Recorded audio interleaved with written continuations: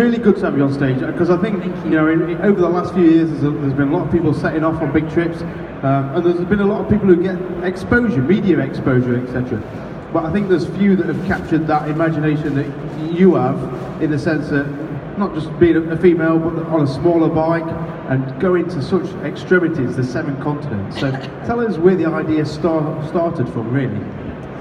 Okay, well, I always wanted to do a big journey. I started off when I was a lot younger. I had my son very young, and it kind of made me feel, if I'm honest, a little bit trapped. I was only 18 when I had him. I was just a child myself, and so to keep through the tough times, there was good times and there was bad times, and through that's the beginning of the song, isn't it? And through the bad times, I think I kept the dream alive of doing this big trip. I started working in the motorbike industry, and then that became a trip on a motorbike. Then I said I was going to ride to Borneo to see the orangutans, because that was my big plan. And then I thought, well, if I go to Borneo, I might as well go to Australia. If I go to Australia, I might as well keep going. And eventually the dream became 7 continents, and I thought, why not, and then the more people said you can't do that, the more obviously I wanted to do it. And so in 2014, that's what I did. I set off with absolutely no real plan or idea as to how I was going to do that. But 4 years later, we came home and we'd done it. So. Yeah. And when you set off, was it your challenge to get to all 7 continents? Is that at the point at which you'd have been happy in where you'd been? The 7 continents. Was that crucial? It wasn't crucial, but it was a big mission. It was a mission to do that. It was important for me to do that. It wasn't the be all and end all, but like Mark was saying about when you've got dark times, you need a goal. Yeah. And for me, I needed that goal to say keep going, but once I got to Antarctica, then afterwards I had to reassess and figure out what my next goal was. It was it felt I had a bit of a downer after Antarctica, because it was like, well, you've done Antarctica, that was the big high. So when you set these goals, it makes it very difficult sometimes. You sort of make a rod for your own back.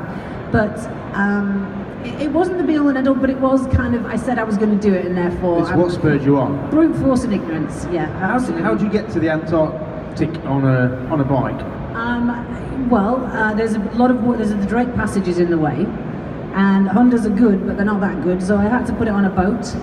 And I persuaded a small sailing yacht called the Icebird to take me across the Drake Passage, which is one of the roughest seas in the world. And it was terrifying. That was probably the scariest part of my journey, was 5 days across the Drake Passage. I'm not a seafaring person, and I'll probably never do it again in my life, but it was worth it. And if you ever you don't need to take a motorbike, but if you ever get the chance to go to Antarctica, then do it. It's just the most amazing place in the world. It's a desert, of course, and the wildlife there is just amazing. So, but to be there with my bike, sitting on the motorbike on the waves, was kind of cool, I must admit. Yeah. So tell us, the route of your journey. You leave, I remember you left Ace Cafe, didn't you? Adventure Overland Day. Yes. One cold and wet March. I stole the audience. You stole the audience. There's already an audience there, so I'll just jump in on it, I mean, in fairness to Steph, saying you're going to set off on a big trip like that, and a lot of people do say, I'm going to do this big trip, and they get the media exposure, or they get the interest, they sell the idea of it, they set off, and living up to that expectation that other people have on you is quite a big thing to carry, isn't it? So I think when we watched you set off that day, you'd put a lot of pressure on your shoulders to go off and do that big trip. And how did you deal with that? And I guess importantly, when you left Ace Cafe, what went through your mind? Where did you go? I watched the video now of me on that day, and it's like I'm a different person in a way, because I was shitting myself. I was terrified. I mean, I left there and wobbled out of the car park. You see on the video, I'm just kind of wobbling, and I'm trying to look cool. I'm stood up on my pegs, and I'm like, yeah, I'm an adventure rider, I know what I'm doing. And I actually felt like a fraud. I thought, everybody thinks I know what I'm doing.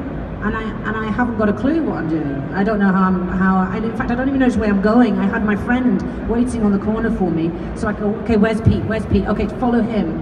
Otherwise, I would have probably gone the wrong way. I was absolutely petrified. And to be honest, it turns out that what I've learned since then is that it's not about, people didn't think I knew what I was doing. I wasn't fooling anybody. They were just there to support me because I was giving it a go. and they were cheering me because like, well, good on her. Whatever happens, she gave it a go, you know. But at the time, yeah, it was probably that was the hardest part of the journey, I think, was the starting, you know. Yeah, and where did you head from there then? I went through Europe, so obviously, so I crossed over into Europe and across to Poland. So I still got the coastline to do. I've missed all that, but I went across to Poland and then to Turkey, and then Iran and India, Dubai, India, all the way down through Asia to then across to Australia. Then I rode across Australia, shipped the bike to South America, to Buenos Aires, down to Ushuaia, the southernmost point, and that's where I persuaded somebody to take me on a sailing yacht across to Antarctica. And then came back to Argentina and had to explain to the customs where I'd been with my motorbike and why I had a penguin stamp in my passport. And is that true? Is there really a penguin stamp? There is really a penguin stamp. We got very drunk with the Chilean Navy and they put a penguin stamp in my passport. So we did get drunk quite a lot in Antarctica. They use 5,000-year-old ice cubes in the gin, you know, it's a great place. And then up through the Americas, all the way up to BC. From BC I took a truck to Tuktoyaktuk. I don't know if you know where Tuktoyaktuk is, but it's up the ice roads. The Mackenzie River freezes over, and it's the northernmost point in the Northern Territories of Canada. So I took a truck up the ice roads to there, and then came back down, spent the winter in BC, which was a great place to spend the winter, and then rode across the prairies. I was born in Canada, so I wanted to see more of Canada, and I did see quite a lot of it. It's a beautiful country. And then I shipped to South Africa, and then rode all the way, well, up to Angola on the west side, and then back down, and then all the way up the east coast to Egypt, and then home through Europe. And how many miles was that total? 74,000 miles. In 3 years? 4 years. 4 years. 4 years and 54 countries, I think. Yeah. Okay. Let's talk about the bike choice. I mean, it's become an established truth that you take a bigger bike, a 650 or a 1200, etc. But you went for a 250, 250L? I did. Yeah, Ronda the Honda. And do you know, now actually I think it's changed. I think people's mentality has changed about that. I think more and more people are taking small bikes. When I was kind of leaving on the cusp of that, I think, and I don't know, there was most people were taking big bikes, but there were people starting to take smaller bikes. But a lot of people still thought I was crazy taking a 250. They were like, you're not going to make it, and the bike's not going to make it. And I'm like, well, why not? You know, why not a 250? And actually, it makes a lot of sense. You know, you're never going to go anywhere. You very rarely somewhere where you can go really fast. Not, you know, you're riding through Asia. You can't go really fast through Asia. You have to take your time. And why would you want to go fast? What's the point of that? Sorry, Nick, but why? You know, you want to take your time and enjoy it. You've got cows, you've got potholes, you've got people, and you've got scenery. So it's a dirt bike, so it'll take the mountain roads just as easy as it'll take the motorway. So for me, it made total sense. It wasn't the most comfortable of bikes, but I didn't go for comfort. I could have stayed home for comfort. I did change the seats in California, Oregon, sorry, and I got a wider seat as my bum was a bit sore by my hips were really suffering. And actually, that's one thing that I would say: whatever bike you take, it does vibrate, obviously, right? And if you're going to do a long journey, do everything you can to dampen those vibrations, because I learned the hard way with that. I didn't stretch every day. Listen to me, stretch every day. And dampen the vibrations as much as you can, because it really starts affecting the joints if you're on it doing that every single day. So that's my one little bit of advice. Because you had issues with you. Was it your shoulder in America when you came through? Yeah, my shoulder froze, so I could only move as far as the bars, and that was pretty painful, and my back as well. So yeah, it was a lot of pain. I had 77 injections in my spine, and quite a few in my shoulder. And a lot of pain anxiety because I was in constant pain, and that really put a damper on the trip, you know. So everyone said, finish, you've done enough, but of course I'm like, I can't go home. So I did come home for a little while. I had a bit of a break over the winter. I spent a few weeks with my dog in the Welsh Mountains, which is still one of my favourite places in the world. And then people said, just hang on a few more months and then go back in the spring. And I was like, no, I'm ready to go, I'm good. And off I went back to Canada and then carried on. So yeah. Some of those countries you talked about: Iran, Pakistan, India, Egypt. Did you say? I mean, traveling solo as a female, I guess people are going to be concerned about security or safety. Was that ever an issue, and how did you deal with that? I wouldn't say it's not an issue. Like a lot of people say, oh no, it's all safe and wonderful, and mostly it is. I mean, I'm here, I'm alive, you know, it's great. Woohoo! Bonus. There's a lot of people blasé about it a little bit, isn't there? Yeah, there is, but you know, generally, most of the time, no issues. But I did have issues. I had nothing major. I'm quite good. I have this voice which I use for naughty dogs and men who step out of line. And it's kind of like, no. And they generally listen, but I did have issues camping on my own. I had a guy in Turkey who tried to take advantage of me and tried to get me drunk on raki, but I kept pouring the raki into the plant pot next to me and going, yeah, cheers! He got wasted, so when he came on to me, I pushed him over quite easily. He was quite malleable by then. And then I spent the rest of the night in my tent with pepper spray and my Leatherman going, bring it on, my torch, you know. Bring it on, but he was already in a heap by then. I got my knife out once, and that was in Sudan again. I hate naming the countries because it could have been anywhere, but it was just on a desert road, and I had an issue with a truck driver. But again, as soon as I put my knife out, that was the end of the situation. And truck drivers generally, I get a bad reputation. I felt they were watching out for me most of the time. They were always, when I was on the side of the road, they were going, you okay? Do you need water? You know, wherever I was in the world, we shared the road, and I loved that. So I hate to, again, do that. And I think that's why people don't want to talk about the bad stuff, because so much of it was good. But there is shit out there. You know, you've got to accept that, and you've got to be ready for it, but don't make a drama out of it. And that sounds a bit of a strange thing to say, but I think how you manage it and how you deal with it is going to affect the outcome. But generally, people were very, very good. In Egypt, you mentioned Egypt, I actually got a police escort pretty much all the way across Egypt. Now, I don't know anybody else that had that, but when I took my helmet off, they went, whoa! And I looked like, you know, my hair was all straight back at helmet hair, right? Sweaty helmet hair.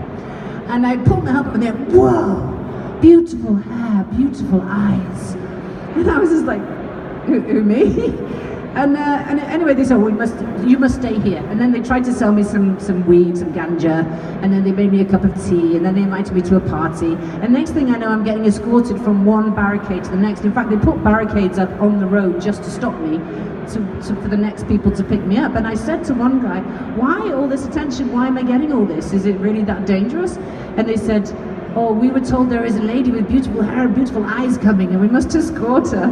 I was like, wow, fair enough, thanks very much. So, yeah, it was an interesting place. What was it like being back in Wales after all that? Oh, I don't get any attention back in Wales. It's kind of depressing, you know. I'm like, hey, do you know who I am? No, they don't, unfortunately. But how's it been coming back after a big trip like that? 4 years on the road is a long time. The weird thing is, it becomes a way of life, and after 4 years, it really does. And for all the good and the bad, it becomes a way of life. And when you stop, it's almost like a sense of bereavement, which again might sound a bit strange, but you've reached that goal.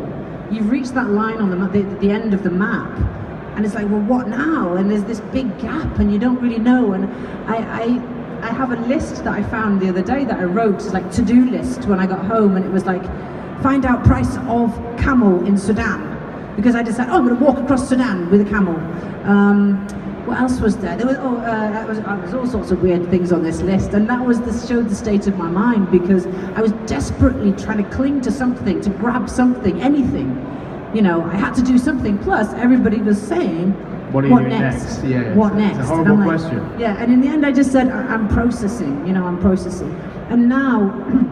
It's nearly a year, and I can't believe it's nearly a year. Now I've calmed down, you know, and I'm enjoying taking everything as it comes. I've processed, I feel really good. I am still always looking for an adventure, because that's me. And I do have a few things going on. Some of them involve motorbikes, some of them don't. Tell us about the dog walk. The dog walk. Okay, so I decided, I missed my dog while I was away. I left her with my parents and said I'd be 18 months, and I came back 4 years later. And she was just like, oh, hey, you're home, cool. You know, she wasn't bothered in the slightest. But she still follows me everywhere. 4 years later, she still follows me everywhere. And so I missed her, and I wanted to do something with the dog, an adventure with the dog. I also wanted to do something in the UK because I feel like I've neglected the UK. There's a lot of it I haven't seen. So when I was in Bulgaria a few weeks ago, I came up with the idea of walking 600 miles. You know the Three Peaks Challenge? So you've got Ben Nevis, Garfield Pike, and Snowdon. I live right just by Snowdon. So what I'm going to do is I'm going to walk the whole of the Three Peaks Challenge. So I'm going to start in Ben Nevis, walk up it, walk down it, and then walk the whole length of it, which is about 600 miles, with all my camping gear and my dog, who will carry a rucksack herself. And I'm going to do that for charity as well. So following Mark's advice. How long will that take you? 35 days. So it's 17 miles a day for 35 days. Yeah. Will you miss the bike on that? What, sorry? Will you miss the bike? Do you know, I don't think I will. I'm really enjoying my walking, and for me, you need variety in your life, and motorbikes are wonderful. I just recently bought a street triple, Triumph Street Triple, love it. But it's not the be all and end all. There is more to life than motorbikes. Oh my God, I can't believe I said that. Did I say that out loud?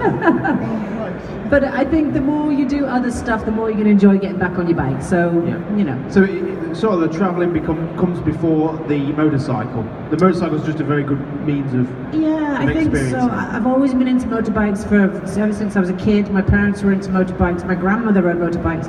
It's in the blood. I'm definitely a biker. I was the leather-clad biker with the lycra leggings and the boot. You remember those, right? And so I'm a biker through and through. But I do like variety, and I do get bored easily. So I have to chop and change, and I have to do other things. So yeah, shoot me. No. Oh blimey! I had a question right on the tip of my tongue there. I forgot. It's gone. Oh, gone. That was it. So for anyone setting off on any kind of trip, whether it's a 4-year one or a 4-week one or even a 4-day one, what did you learn that you would find useful to pass on to someone else? Big question, I suppose. It's a big question. Or a vague one. It is a bit vague, yeah. Well, one thing I would say is that not quite directly, not quite answering your question, but that's all right. One thing I would say is that to have a life-changing experience, you don't have to go away for 4 years. I kind of came back and went, what have I learned? I don't think I went away for two weeks or 10 days in 2008 to South Africa and did a charity ride across South Africa, all dirt roads, everything. I thought I was going to die. I thought, what am I doing here? This is crazy. I came back and I set up an off-road motorbike school. It changed my life. Before that, I was a mortgage advisor. I came back from that journey because I went and did it because I needed an adventure. I came back battered and bruised, and I set up an off-road school, and I went, I want to do that again.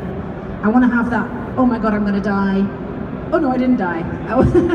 It changed my life completely, and then a few years later I'm off around the world, and I think it was that journey that changed my life more than the 4-year journey. So whether it's a 2-week or a weekend, I have adventures with my dog in Wales every day, and I say, come on, let's go on an adventure. I mean, it's a bit sad, all right, but it's true. It is all about your perspective, and an adventure doesn't have to be about the length or even the distance. You can have an adventure this afternoon if you choose, So what have you got on next? You've got the walking, obviously. Yep. Also working on a book. Yeah. How's that going? It's good. I'm 3/4 of the way through the first draft. It's going to probably take till Christmas, so bear with me, but we'll get there eventually. As easy as you thought to write, or harder? Or same? I knew it was going to be tough, and it's probably easier to ride around the world than it is to write about it. So yeah, it's a tough one, and you've got to be really personal. And for me, I've made the decision that I'm going to be really personal. I mean, I'm going to be really personal.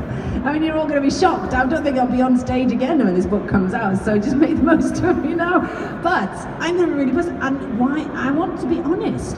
And I think if I'm just going to make it all clean and lovely, and oh yes, everybody's lovely, then what's the point, No, I think people want the truth, don't People want the truth, and for all good and the bad. And also I think if I met somebody who I think, well, he was a nice guy, but he had smelly feet, I'm going to tell you about his smelly feet, and he's going to... The problem is there's going to be a lot of people that might hate me by the time I've finished. I'm glad I didn't meet you on the trip. But I'm going to be honest. I'm sorry, I'm going to be honest. No, I think that's it. I think hiding behind non-truths in a book is not great, is it? I think people want the warts and all. And you know, you can make yourself look like a real hero, and actually there were times when nobody was looking, when I was no hero, I was terrified, and I was crying, and I was going, oh my God, you know. So I write about those moments, and I think it's important to do that because, you know, we're all just normal people and we all have those feelings, right? So yeah. Also about the trails, you're doing some trail riding days. I'm doing trail riding in Wales, so I'm showing people my favourite part of the world, which, as I've mentioned, is Snowdonia. So I don't have a fleet of bikes, so what you do is you bring your bike. We guide you through some of the best parts of Snowdonia, and we ride all day. So you can find that, either find me on Facebook or on my website, Steph Jevons. And there's dates on there if anybody wants to come and join me for the day. Yeah, it's not a lot, is it? 60 quid, is it? 60 quid, yeah, and it's a really good day. I work with a guy called Tony, who I call Tony the Legend. He knows all the trails back to, you know, so we just go and have fun with him and get really muddy and laugh a lot, so yeah. And then some camping weekends as well, over at Nick's place, is that right? We got some camping weekends, we call them dirty weekends in Wales, so we're going to go and do some road riding weekends and dirt riding weekends as well. I've got a women only Everest base camp trip. Can I go on? Can I just? Yeah. No. Women only Everest base camp trip as well. It's full for next year, but the one after 2020, if anybody's interested in riding to Everest base camp on a Royal Enfield, women only on that one. And what else have I got? The car rally. Big Nano. The Tato Nano. How Anybody did heard this come about? So I wanted to do something a bit different. I thought rickshaws at first, like, you know, tuk-tuks, but I was convinced to do it in the Tato Nano, which is a very Indian car. It's a tiny little thing, and it's basically, if you want to change from the motorbikes, you want an adventure where you can bring your wife or your husband or whatever. Normally they get left behind. Then we're going to do the Taj Mahal. We're going to go tiger, not hunting, tiger watching. And we're going to stay in a place like the Marigold Hotel, you know, the famous Marigold Hotel. So that's going to be in 2020. So again, that's all on the website. So do you get your own car on that then? You get your own car and you get to sticker it up and make it look funky. Put a wig on, do it for charity, whatever. It's fun. It's totally non-serious. How long? It's going to take 10 days, 2 weeks, I can't remember. Yeah. Okay. Fantastic. Yeah. And where can we find out about that? Facebook? Facebook and my website again, stephjevons.com. So, okay. Any questions for Steph?